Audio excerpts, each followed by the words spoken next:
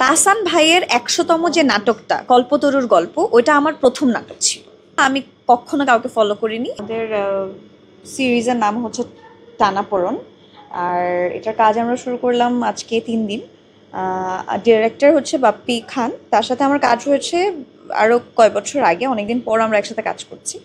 But ওর সাথে আমার যেহেতু একটা সিঙ্ক আপ আছে আগের থেকে, এই কারণে খুব একটা প্রবলেম হচ্ছে না, ভালোই কাজ হচ্ছে। আর এখানে আমার কো আর্টিস্ট আছে, প্রত্যয় হিরণ আছে, সামিয়া অথৈ আছে, যাদের সাথে আমি রেগুলার মানে প্রত্যয়ের সাথে তো আমি রেগুলার কাজ করি। সামিয়া আপুর সাথেও আমার কাজ হয়েছে অনেক আগে, একটা সিরিজ হয়েছিল। So after I think 4 to 5 years পরে আমরা আবার, আমার ফার্স্ট সিরিজ আপুর সাথে ছিল, অ্যান্ড অনেকদিন পরে আমরা একসাথে আবার কাজ করছি। আমার সব থেকে হিট সিরিজ যদি আমি বলি, এটা হচ্ছে বদমাইশ পোলাপাইন, যেটাকে নিয়ে মানে আমার এরকমও হয়েছে যে স্টিল এখনো মানুষ, মানে আমাদের বদমাইশ পোলাপাইন 4টা সিজন করে শেষ হয়ে গেছে, বাট তাও তারা এখনো চাচ্ছে যে যদি আবার এটা হয়।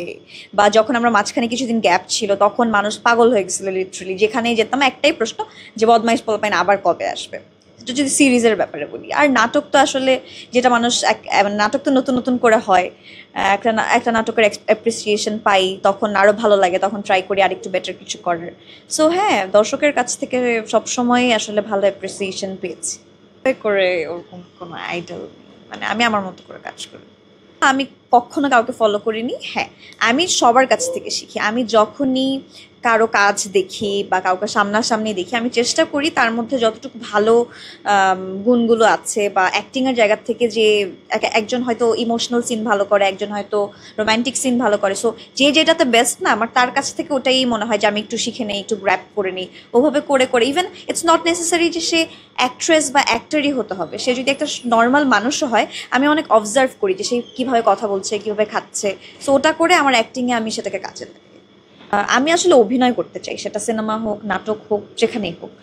সো আমার আমার আসলে ভালো গল্প, ভালো ডিরেক্টর, ভালো ডিরেকশনের এইসব কিছু যদি ব্যাটে বলে মিলে যায়, সো আমার মানে ওটা মিলে গেলে সেটা আমি সিনেমাও করতে পারি। আমি অলরেডি একটা ওয়েব ফিল্ম করেছি, অ্যান্ড বড় পর্দায় কাজ করার ইচ্ছা আছে, যদি সব কিছু ঠিকঠাক হয় ইনশাল্লাহ। শাকিব খানের সাথে কাজ করতে চান? হ্যাঁ, গল্পের প্রয়োজনে সে তো আসলে আমাদের ফিল্ম ইন্ডাস্ট্রিতে লিড করছেন, তাই না? তো তার সাথে যদি কাজের কোনো প্ল্যানিং হয়, যদি স্টোরির প্রয়োজনে তাকেও প্রয়োজন হয়, আমাকেও প্রয়োজন হয়, আমি অবশ্যই করতে চাই। তাহসান ভাইয়ের ১০০তম যে নাটকটা কল্পতরুর গল্প, ওইটা আমার প্রথম নাটক ছিল।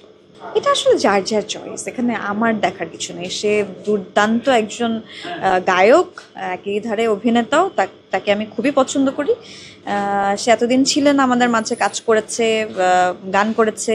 এখন এটা তার পুরোটাই তার পার্সোনাল ব্যাপার, সে আসলে কাজ করতে চায় কি চায় না। তবে হ্যাঁ, আমি মিস করবো অনেক, তার গান প্রচুর শোনা হয়েছে আমার। তো ভাইয়া আসলে যেহেতু তাকে আমি যথেষ্ট রেসপেক্ট করি, এবং আমি মনে করি যে সে যথেষ্ট জ্ঞানী একজন মানুষ।